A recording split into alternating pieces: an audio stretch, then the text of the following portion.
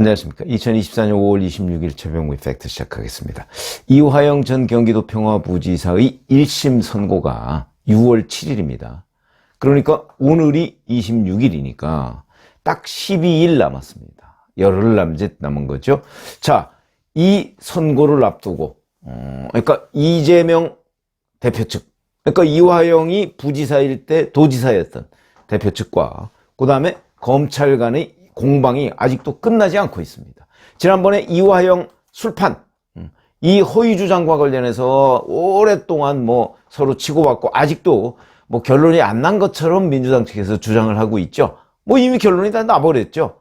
그건 이화영 본인이 시점, 술을 먹었네, 안 먹었네, 온갖 그 주장들을 다 뒤집어 엎음으로써 그 주장에 근거가 없다는 것을 스스로 자백한 거나 마찬가지다 얘기를 할 수가 있는데, 이뿐만이 아니고 민주당에서 보이고 있는 장면, 선고를 앞두고 그 다음에 검찰이 그에 대해서 반박하고 있는 장면, 이 두 가지를 제가 지금 소개해 드리려고 하는데, 이 두 가지를 보시면 누가 더 자신이 있구나 하는 걸 충분히 아실 수가 있다, 이렇게 봅니다.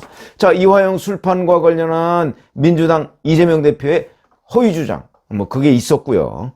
근데 이화영은 뇌물정치자금법 위반, 대북송금, 크게 봐서 이렇게 세 가지인데, 이 중에서 뇌물정치자금법 위반은 이화영의 개인 비리고, 대북송금은 이재명과 연결이 돼 있습니다. 엊그제죠? 페이스북에다 이재명 대표가 이렇게 얘기했습니다. 최악의 검찰 조작이다, 이렇게 주장을 했고요. 대북송금 조작 사건은 김대중 내라는 사건 조작 이후 최악의 검찰 조작 사건이고, 정적 이재명을 제거하기 위한 검찰 독재 정권의 초대형 조작 사건의 피해자가 이화영 전 부지사다, 이렇게 주장을 했고요. 이 글에 공유한 또 다른 글이 있습니다. 이화영을 도와주자라고 얘기하는 경기 용인갑 이상식 당선인, 이 글을 공유하면서 후원을 독려했습니다. 그러니까 이화영 전 부지사의 생활이 어렵다, 그러니까 도와주자, 이런 얘기를 이상식 당선인이 했는데, 그 글을 공유해가면서 조작 사건이고 그 피해자가 이화영이다, 이렇게 이재명 대표가 주장을 한 겁니다. 이재명 대표가 이 이화영의 술판에 대해서도 100% 사실로 보인다라고 얘기했었죠. 그때 의아하다고 제가 말씀을 드렸습니다. 100% 허위인데 그걸 자꾸 사실로 몰고 가는 이유, 그것도 제가 한번 유튜브를 해드린 적이 있는데, 역시 수사 흔들기죠. 왜 이화영 수사를 흔드느냐, 그중에 대북송금 부분을 뇌물이나 정치자금법 이런 건 흔들지 않습니다. 왜? 자기와 연관돼 있기 때문에 이런 거고요. 지난 14일에도 본인 유튜브 채널을 통해서 이렇게 얘기합니다. 이화영 전 부지사가 변호사비 때문에 부인이 전셋집도 내놨는데 전세금을 검찰이 압류했다는 한 유튜브, 이거 김용민 TV라고 제가 말씀을 드렸죠. 그걸 공유를 해가면서 이제 또 도와주자, 이런 식으로 얘기를 한 적이 또 있고요. 이재명 대표만 그런 게 아닙니다. 민주당도 마찬가지입니다. 그러니까 민주당도 이재명 대표의 이런 어떤 궁박한 처지, 이런 거를 아마 충분히 공유하고 있는 것으로 보인다. 민주당에 가면 검찰 독재 정치 탄압 대책위원회라는 것이 있습니다. 여기가 뭐라고 얘기하냐면, 김성태 전 쌍방울그룹 회장이 주가를 띄우기 위해서 북한 측 인사와 사전 모의를 했고, 이를 통해 발생할 수익금도 북한 측과 나누기로 했다는 첩보가 담긴 국정원 비밀 문건이 뉴스타파에 보도가 됐다. 사실이라면, 꼭 이런 게 포함이 돼 있죠. 사실이라면. 수원지검은 주가 조작 사건을 대북송금 사건으로 둔갑시켜 정치적 정적을 제거하기 위한 수사농단을 부린 것이다, 이렇게 얘기합니다. 자, 물론 이게 뉴스타파에 보도된 게 이제 근거가 되지만, 뉴스타파 잘 아시다시피 지난 대선 과정에서도 이재명 대표를 돕기 위한 인터뷰 등을 보도했고요. 허위 인터뷰, 그것도 김만배.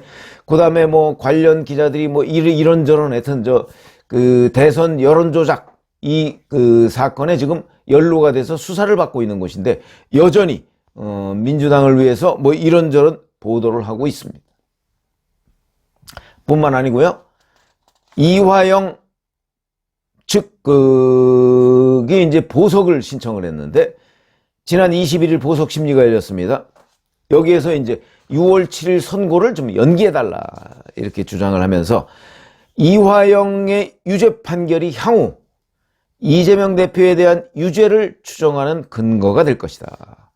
판결 결과가 향후 대한민국 정치 권력 향배에 영향을 준다. 그래서 이제 이게 판사를 협박하는 거냐? 응?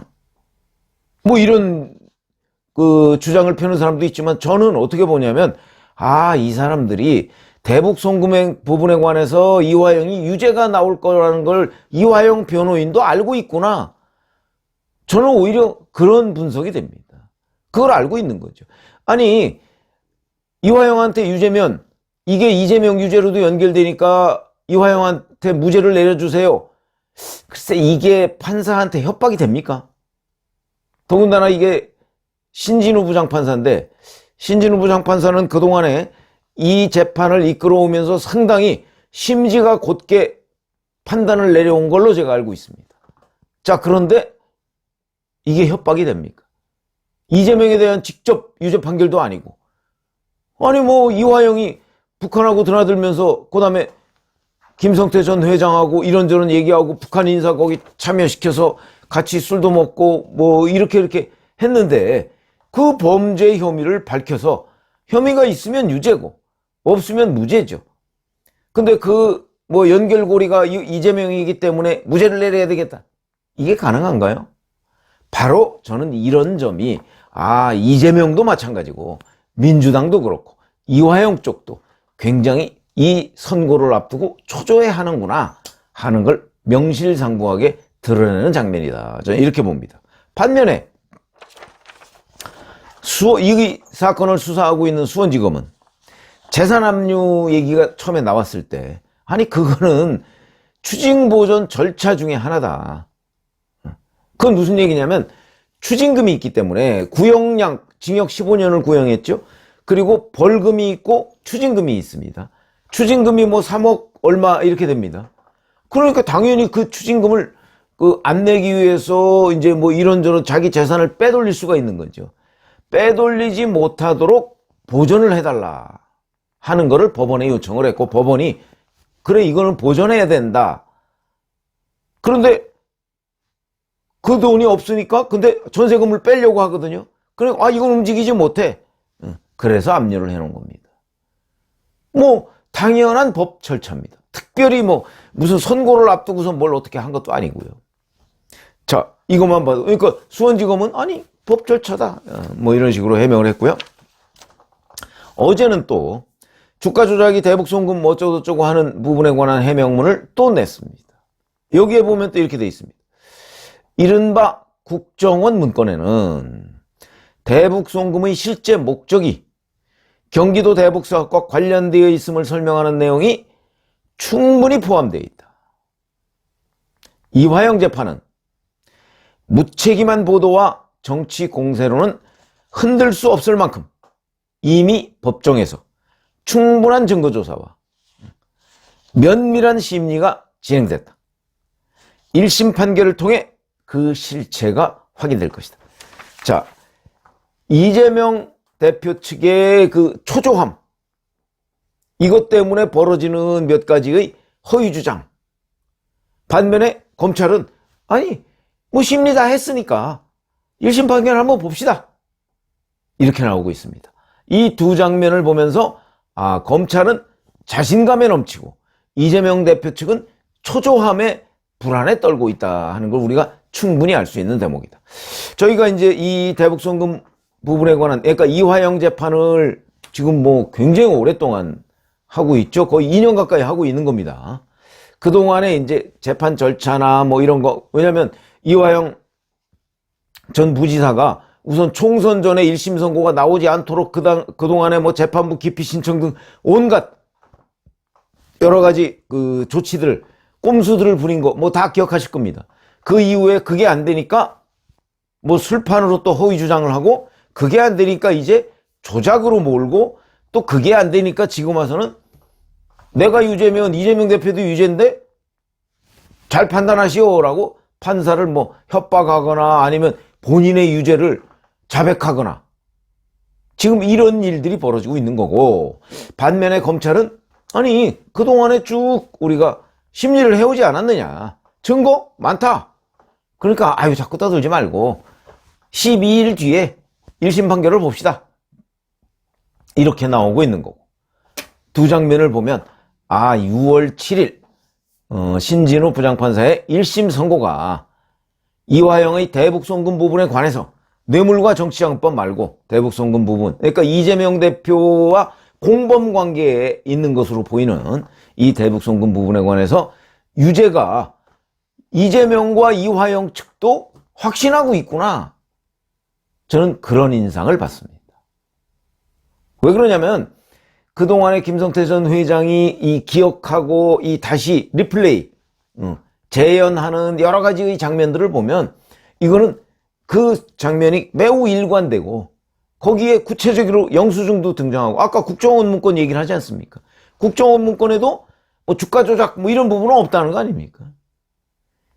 그러니까 그런 부분이 이제 뭐 뉴스타파나 이런 데서 부분적으로 뭔가 왜곡돼서 자꾸 수사를 흠집내려고 하는 장면이다. 이것만 봐도 아니 지금 판결을 보면 되는데 왜 판결 보기 전에 이 수사가 잘못됐다, 조작이다 이렇게 얘기하느냐.